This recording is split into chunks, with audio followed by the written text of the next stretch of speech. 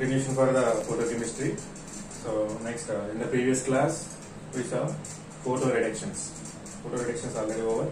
Next, second type of reactions. So which carbonyl compounds are undergoing it is photocleavages of carbonyl compounds. That photocleavages. Photocleavages. Cleavage means breaking of a bond. So photocleavages of carbonyl compounds. In this one, two types are there. First one is alpha cleavage. Alpha cleavage are also called as this is Norris type 1. Also called as this is Norris type 1. Norris type 1 reactions. Next, Norris type 2. Next one, Norris type 2 reactions. Next one is Norris type 2 reactions. Now in this class, I will mainly focus on this alpha cleavage of carbonyl compounds or Norris type 1 reactions. Okay. So what is Norris type 1 reactions? We will see now. Norris type 1.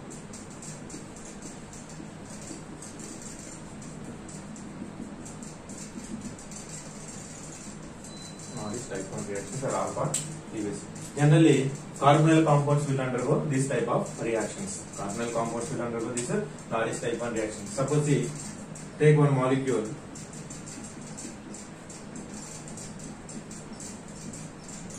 This is carbonyl compound. This is carbonyl compound, carbonyl group ketone. This is ketone is there. Therefore, this is treated with light, treated with sunlight. This molecule is in now vapor phase. Vapor phase. Molecule is in vapor phase. Now, in this Norris type 1 reaction, there is a cleavage or breaking of or homolysis of alpha bond. Homolysis of alpha bond. That is which bond? Alpha CC bond. Alpha CC bond. Now, if you observe this molecule with respect to this functional group. This is alpha carbon and this is also alpha carbon. Yes or no? The adjacent carbon to the functional group is called as a alpha carbon. Already you know. Yes. No? So here breaking means homolysis means what? Suppose A comma B అనేది ఒక compound అనుకుంటే homolysis of this molecule if you do homolysis అంటే ఈ bond అనేది equal గా break అయ్యి A కి ఒక రాడికల్ B కి ఒక రాడికల్ వస్తుంది. ఇటువంటి వాటిని ఏమంటారు మనం homolysis అంటారు. homolysis అంటే ఏంటి? Breaking of a sigma bond and it produces two radicals, A radical and B radical. This is called as a homolysis. Now, homolysis of alpha bond. Here, how many alpha bonds are there? Here, CC, this is alpha bond and this is also alpha bond. Now, breaking of this bond, breaking of either this bond or this bond, breaking of this bond or this bond, it will give radicals. It will give. Suppose initially this bond is broken. This bond is broken. Assume CH3, C double bond radical plus CH2 and CH3 radical like this. Okay. One is acyl radical, another one is alkyl radical. What is this? This is acyl radical. This is acyl radical and this is alkyl radical. Alkyl radical. Here two carbon atoms are there. That's why that is a ethyl radical. Ethyl radical. Okay. So this is the thing first will happen. So when carbonyl compound is treated with light, therefore it is switched into acyl radical and alkyl radicals. First primary process. But in the Norris type 1 reactions, what type of, that means what are the products? Here reaction is not completed. Here just it is a primary process. So these radicals will combine in a different manner. It produces different type of products. Okay. So what type of compounds are generally involving in Norris type 1 reactions? We will see. Generally, what are the products in Norris type 1? So in Norris type 1, what are the products? Means cycloalkanes are the one of the product. Cycloalkanes are if cyclic compounds if you take, or otherwise carbonyl compound. Aldehyde is the one of the product. Ketene is the one of the product. So how the products will obtain and the mechanism of those reactions. Now we will see in this Norris type 1 classification. Okay. So Norris type 1 classification undergoing by saturated acyclic compounds and saturated cyclic compounds. We will see first one. Okay. So Norris type 1 reaction. These reactions under photo cleavages. That means in presence of light, these will undergo cleavages. So if the cleavage is happening at alpha carbon, that called as a Norris type 1 reaction. Now in this class our interest is majorly these alpha cleavages. That means Norris type 1 reaction. This is scientist name. So these reactions are observed and doing research and done research on this one is Norris. So that's why according to scientist by the honor of the scientist name. So these reactions are called as Norris type 1 reactions. Okay, clear? So now we will see Norris type 1 reactions. Our main interest is Norris type 1 reactions. Okay, so Norris type 1 reactions majorly undergo by Norris type 1. Simply I will write N, T. Norris type 1 reactions by saturated, first saturated acyclic అంటే cyclic కానివి. Saturated అంటే ఏంటండి, double bond గానీ triple bond గానీ ఉండకూడదు, అన్ని C single bond సీసే ఉండాలి. అటువంటి కాంపౌండ్ సాచురేటెడ్ కాంపౌండ్స్ అంటారు. అండ్ అసైక్లిక్ అంటే ఏంటి, రింగ్స్ ఉండకూడదు, రింగ్స్ అనేవి ఉండకూడదు, అంతా కూడా ఓపెన్ చైన్ ఉండాలన్నమాట, అంతా కూడా open chain. Saturated cyclic ketones. Ketones అంటే ఏంటి, ఈ ఫంక్షనల్ గ్రూప్ ఉన్న వాటిని కీటోన్స్ అంటాం కదా, C double bond R dash ఉన్న కాంపౌండ్ ని కీటోన్స్ అంటారు. ఈ టైప్ ఆఫ్ కాంపౌండ్స్ అనేవి నారిస్ టైప్ 1 రియాక్షన్స్ ని అండర్గో చేస్తాయి. Norrish type 1 if Norrish type 1 కనుక పెర్ఫార్మ్ చేస్తే కనుక, అండర్గో అయితే కనుక, వాట్ ఆర్ ద ప్రొడక్ట్స్ ఎలా వచ్చినాయి, వాటి మెకానిజమ్స్ అనేవి ఇప్పుడు చూద్దాం.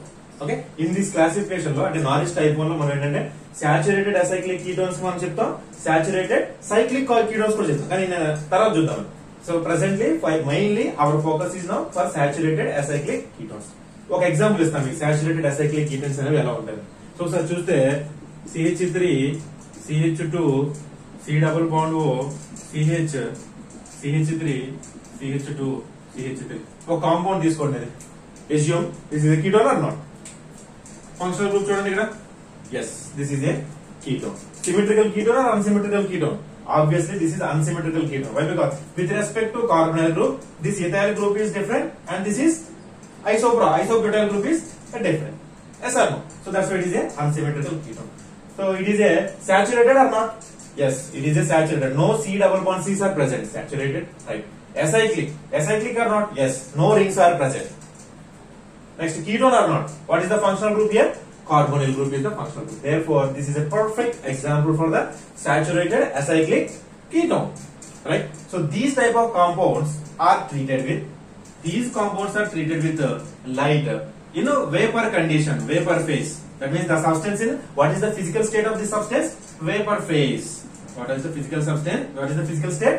Vapor phase lo తీసుకున్నప్పుడు what are the products we will get? What are the products we will get? Before going to discuss about this, few characteristics regarding Norris type 1 we will discuss. Generally, first you have to irradiate this carbonyl group with a characteristic UV visible radiation, that is with 280 to 290 nanometers. 280 to 290. This is a characteristic wavelength. You have to irradiate this molecule. Okay, in photochemistry, under photochemical condition, how the molecule will react? It will goes to excited state or not? So if it will go to excited state means we have to supply light energy. So that light energy, the wavelength of that light should be in this range. Then only this Norris type 1 reactions will undergo. Okay, you already I told in the previous classes. So you have to are subjected to the carbonyl compound with a characteristic wavelength to generate corresponding singlet and triplet states. Okay, so this molecule is irradiating with this wavelength. It goes to first singlet state, and immediately by performing intersystem crossing, it will goes to triplet state. In the singlet state and a triplet state, what is the characteristic radiation or excitation? N2 pi star. Already I told you here non-bonded electrons are present and 5 electrons are present. N2 5 star radiation is a low energy radiation. That's why it is easily undergo. It is easily undergo. These are the few characteristics. You have to irradiate like this with this particular wavelength radiation, and it will goes to singlet state and forms corresponding triplet state. In both the states, what is the characteristic absorption? N2 pi star. N2 pi star absorption is the characteristic radiation. These are the few points regarding the Norris type 1. Now we will go to the main reaction. This నారిస్ type 1 reaction will undergo in 2 process.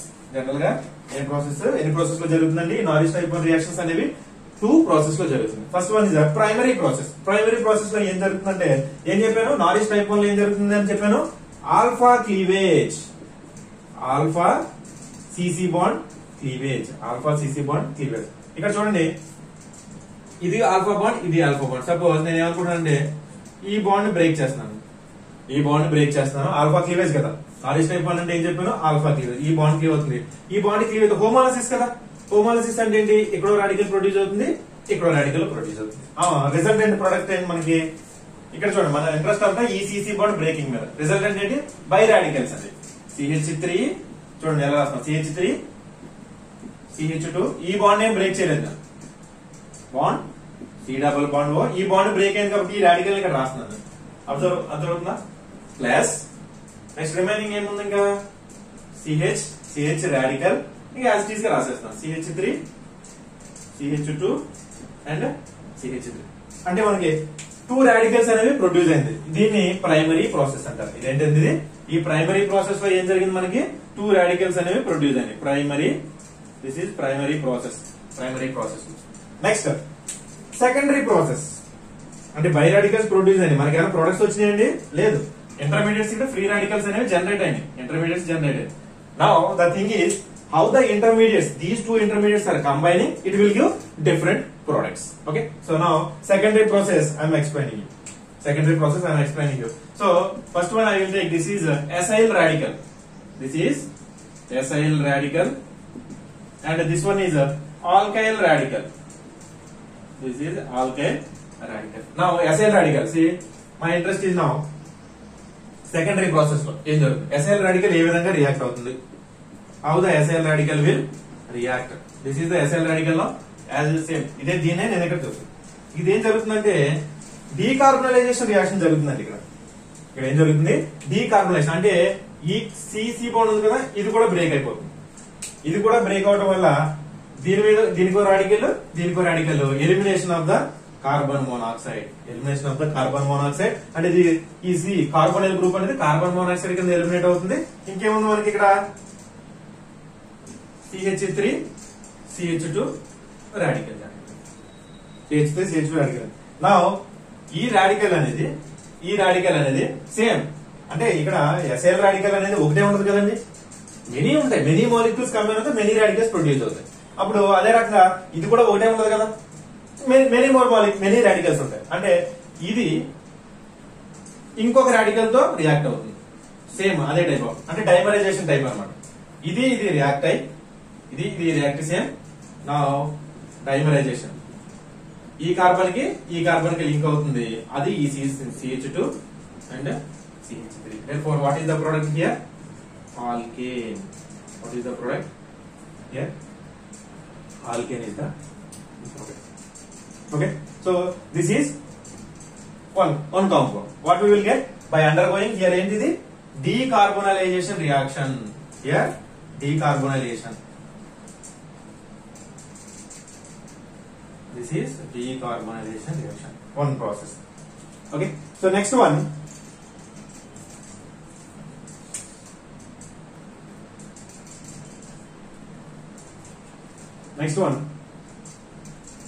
this acyl radical,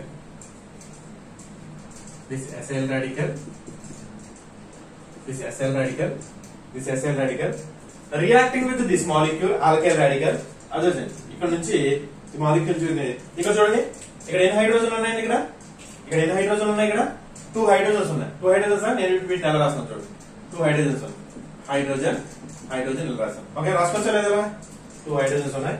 ఈ 2 hydrogens లో ఒక hydrogen break అవుతుంది, హోమోలసిస్. ఈ hydrogen ఉంది కదా, ఈ hydrogen అనేది carbonyl group కి అటాచ్ అవుతుంది.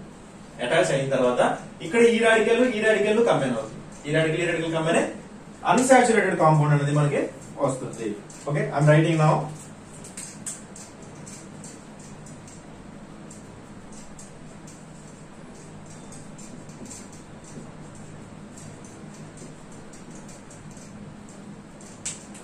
నేను రఫ్ చేస్తున్నానండి, ఆల్రెడీ నేను నోట్ చేసుకునేది. ఇక్కడ ఏమవుతుందండి చూడండి, ఇక్కడ ఈ వన్ ఆఫ్ ద హైడ్రోజన్ ఉంది కదా, ఈ హైడ్రోజన్ ఇది బ్రేక్ అయ్యి ఇక్కడ 2 రాడికల్స్ ప్రొడ్యూస్ అవుతుంది. ఈ హైడ్రోజన్ అనేది ఈ కార్బోనైల్ గ్రూప్ తో కంబైన్ అవుతుంది. అప్పుడు ఏమొస్తుంది మన ప్రోడక్ట్? అప్పుడు మన ప్రోడక్ట్ ఏమొస్తుంది? Gives rise to CH3 CH2 C double bond O, అంటే ఆల్డిహైడ్ మన ప్రోడక్ట్ వచ్చింది ఆల్డిహైడ్. ఇక్కడ చూడండి, ఈ బాండ్ బ్రేక్ అయిన తర్వాత ఇక్కడ రాడికల్ ఉంది, ఇక్కడ రాడికల్ ఉంది. ఈ 2 రాడికల్స్ కంబైన్ అయ్యి అన్సాచురేటెడ్ కాంపౌండ్.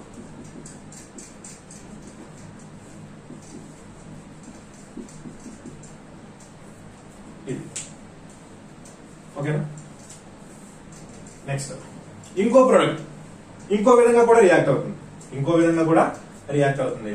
సో అదేంటంటే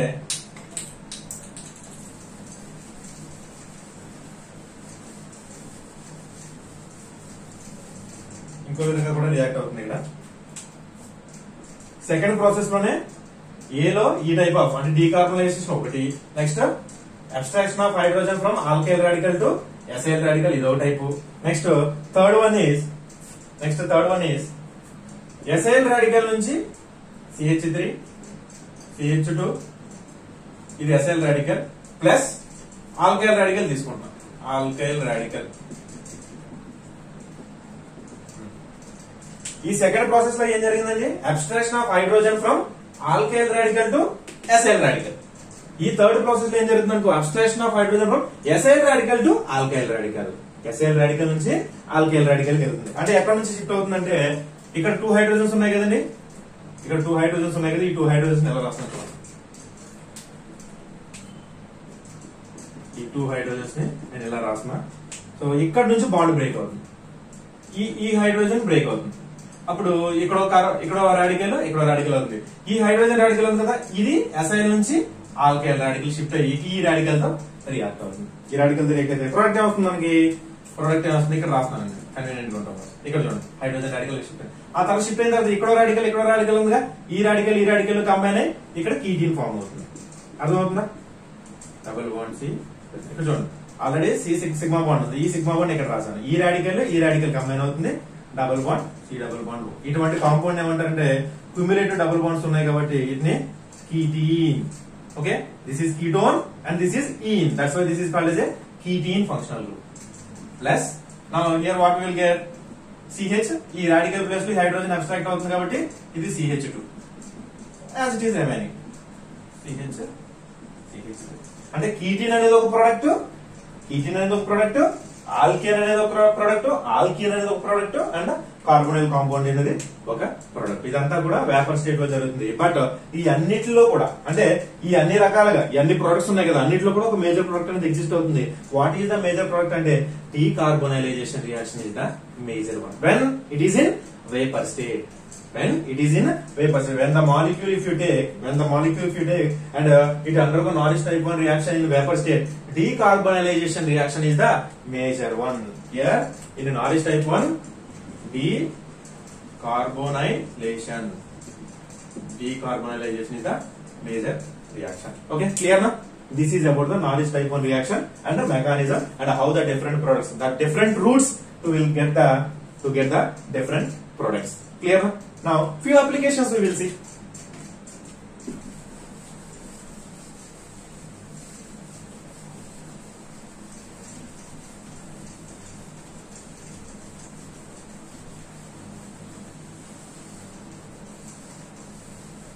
Important, very important Norris type 1 reaction. Confirm definite question from Norris type 1 reactions and a Norris type 2. Now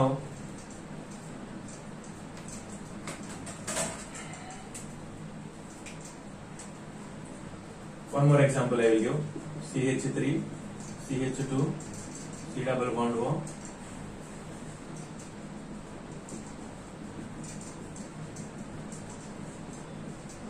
vapor state. Okay, this is the given equation. మీరు first ఏం చేయాలి? ఇచ్చే substrate ని observe చేయాలి. ఇక్కడ photo chemical condition ఇచ్చారు కాబట్టి ఏంటి, వేపర్ స్టేట్ ఇచ్చారు కాబట్టి అంటే కార్బోనైల్ కాంపౌండ్ కాబట్టి ఇది ఫోటో క్లీవేజెస్ అండర్గా అవుతుంది. ఇది ఏ టైప్ ఆఫ్ సబ్స్ట్రేట్? చూడండి, అన్ని సాచురేటెడ్ బాండ్స్ ఉన్నాయి లేవా? అన్ని సాచురేటెడ్ ఉన్నాయి. కార్బోనైల్ గ్రూప్ ఉంది. ఎక్కడైనా సైక్లిక్ రింగ్స్ ఏమైనా ఉన్నాయా? రింగ్స్ లేవు. కాబట్టి ఇది ఏ type of system example?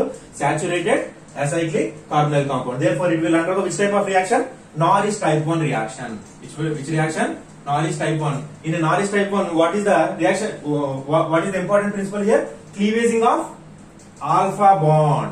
Cleavaging of alpha bond. Which alpha bond? CC bond. Alpha CC bond. Here, how many alpha CC bonds are there? With respect to this functional group, this is alpha and this is alpha.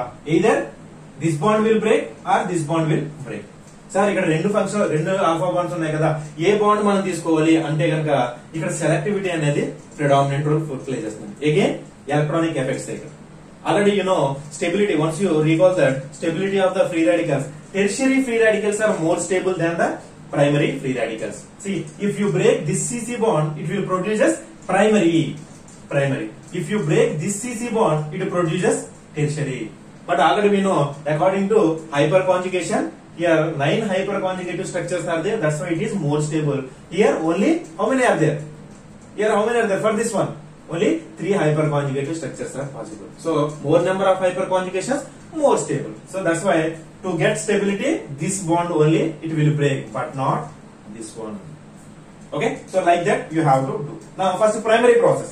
Primary process ఏంటంటే alpha CC bond break అవుతుంది. మనం ఇప్పుడు ఈ bond break చేయాలా, ఈ bond break చేయాలా?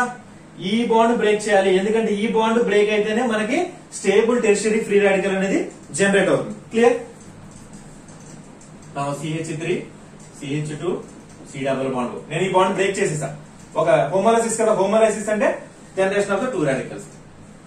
Okay, so acyl radical plus and tertiary butyl radical and tertiary butyl radical. This is primary process na. This is primary process. Next, after primary process and generation of this one, next secondary process. Secondary process లో ఏం జరుగుతుందండి? Step 1. Secondary process లో ఏమని చెప్పాం? Decarbonisation అన్నాం. ఏమన్నా? Decarbonisation step 1 లో ఏ CH3 CH2 decarbonisation reaction. అంటే కార్బోనైల్ గ్రూప్ ని సబ్స్ట్రేట్ నుంచి తీసేయటం. ఇక్కడ ఈ బాండ్ బ్రేక్ అవుతుంది, ఇక్కడ రాడికల్, ఇక్కడ రాడికల్. ఈ గ్రూప్ అంతా కూడా కార్బన్ మోనాక్సైడ్ కింద ఎలిమినేట్ అవుతుంది. Carbon monoxide plus again alkyl radical. Self coupling of these type of substance అంటే ఇటువంటివే ఒక రెండు కపుల్ అవి ఏం జరుగుతుంది, ఇక్కడ నుంచి CH3 CH2 ఇంకొక రాడికల్ తో కపుల్ అయ్యి ఏం చేస్తుందంటే డైమరైజ్డ్ టైప్ ప్రొడక్ట్ మనకి వస్తుంది. సెల్ఫ్ కప్లింగ్ అన్నమాట. ఆల్కేన్ ఇక్కడ ఆల్కేన్ ఉంది. దీని డీకార్బోనైజేషన్ ఏం జరుగుతుంది, మనకి ఆల్కేన్ వస్తుంది. Next step 2. స్టెప్ 2 లో ఏం జరుగుతుంది? Internal transfer transfer of one hydrogen from alkyl radical to assail radical, that is the second process. And transfer of alpha hydrogen from assail radical to alkyl radical mutual గా. ఇక్కడ నుంచి ఇక్కడికి ఒకసారి hydrogen transfer, ఇక్కడ నుంచి ఇక్కడికి ఒకసారి hydrogen transfer. First చూడండి, ఇక్కడ నుంచి ఇక్కడ షిఫ్ట్ చేస్తాను. అప్పుడు ఏమవుతుంది? CH3 CH2 C double bond radical direct గా రాసేస్తాను. మిథైల్ గ్రూప్ అంటే CH3 కదా, CH2 ఇక్కడ రాడికల్. ఇక్కడ చూడండి క్లియర్ గా, ఇక్కడ ఈ హైడ్రోజన్ బాండ్ బ్రేక్ అయితే రెండు రాడికల్స్ ప్రొడ్యూస్ అవుతుంది. ఈ హైడ్రోజన్ రాడికల్ అనేది కార్బోనైల్ గ్రూప్ కి అటాచ్ అవుతుంది. Therefore, what is the product here? CH3 CH2 C double bond aldehyde ఒక ప్రొడక్ట్. అండ్ ఈ రాడికల్ ఉంది కదా, ఈ రాడికల్ కంబైన్ ఏమవుతుందండి? డబుల్ బాండ్ ఫామ్ అవుతుంది. అంటే ఇక్కడ ఆల్డిహైడ్, ఇక్కడ ఓలిఫిన్, కీటోన్ సారీ ఆల్కిన్. ఇది ఒక రియాక్షన్. నెక్స్ట్ ఇంకోటి థర్డ్ ప్రాసెస్ లో, సెకండ్ ప్రాసెస్ లో ఇక్కడ నుంచి ఇక్కడ జరిగింది. ఇప్పుడు ఇక్కడ నుంచి ఇక్కడ జరగాలి. అంటే ఈ 2 హైడ్రోజన్స్ ఉన్నాయి కదండి, 2 hydrogens, 1 hydrogen I will write like this. ఇక్కడ చూడండి, ఈ బాండ్ అనేది ఇలా క్లీవ్ అవుతుంది. ఇక్కడ రాడికల్ జనరేట్ అవుతుంది.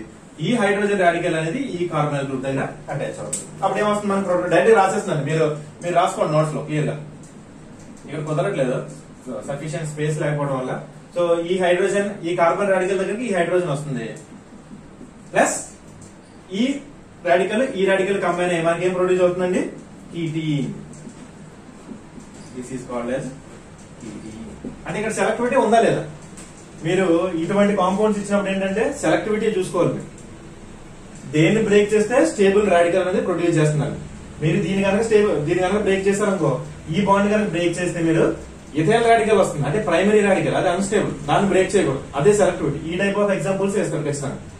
ఇక్కడ అదే కనుక మీరు ఈ లెఫ్ట్ హ్యాండ్ పోర్షన్ ఈ రైట్ హ్యాండ్ సైడ్ పోర్షన్ చూసుకుంటే కనుక ఇక్కడ టెర్షియరీ బ్యూటైల్ గ్రూప్ ఉంది. టెర్షియరీ బ్యూటైల్ గ్రూప్ అనేది tertiary butyl free radical generate చేస్తుంది. Because of hyperconjugation it is highly stable. That's why you have to choose to break this CC bond instead of this bond. Okay, so clear? So this type of reactions will right.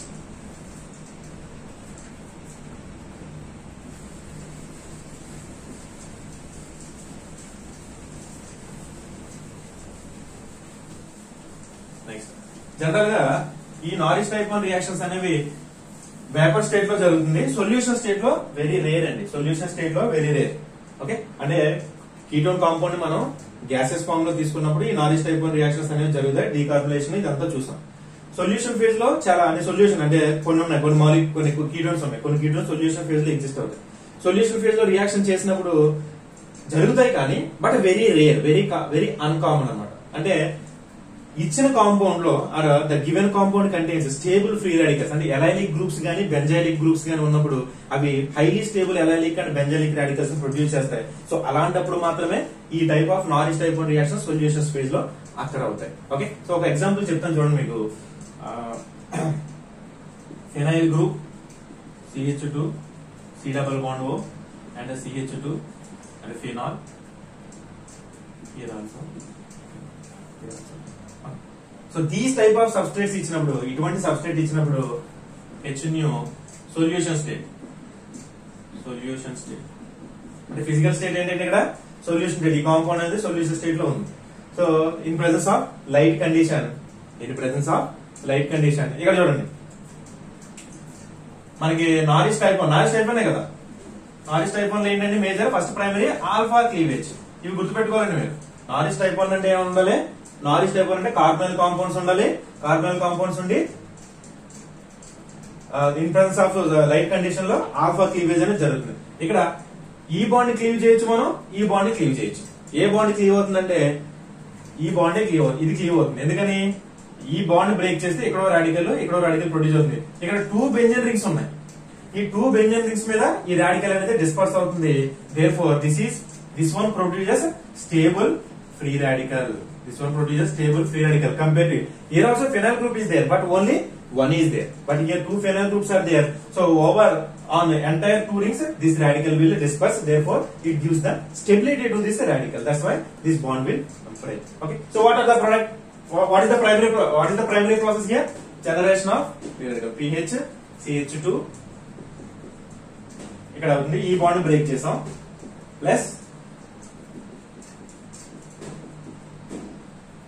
ఇది కదండి primary process లో. ఇది primary process. Next ఇక్కడ ఏమవుతుంది? ఇంకా secondary process లో ఏమవుతుంది? Decarbonisation reaction, remaining reactions you know. Okay, so you do it for your self. Just I told that just selectivity topic only I am explaining it. Okay, so this is about the Norris type 1 reaction for saturated acyclic ketones. Okay, clear, right?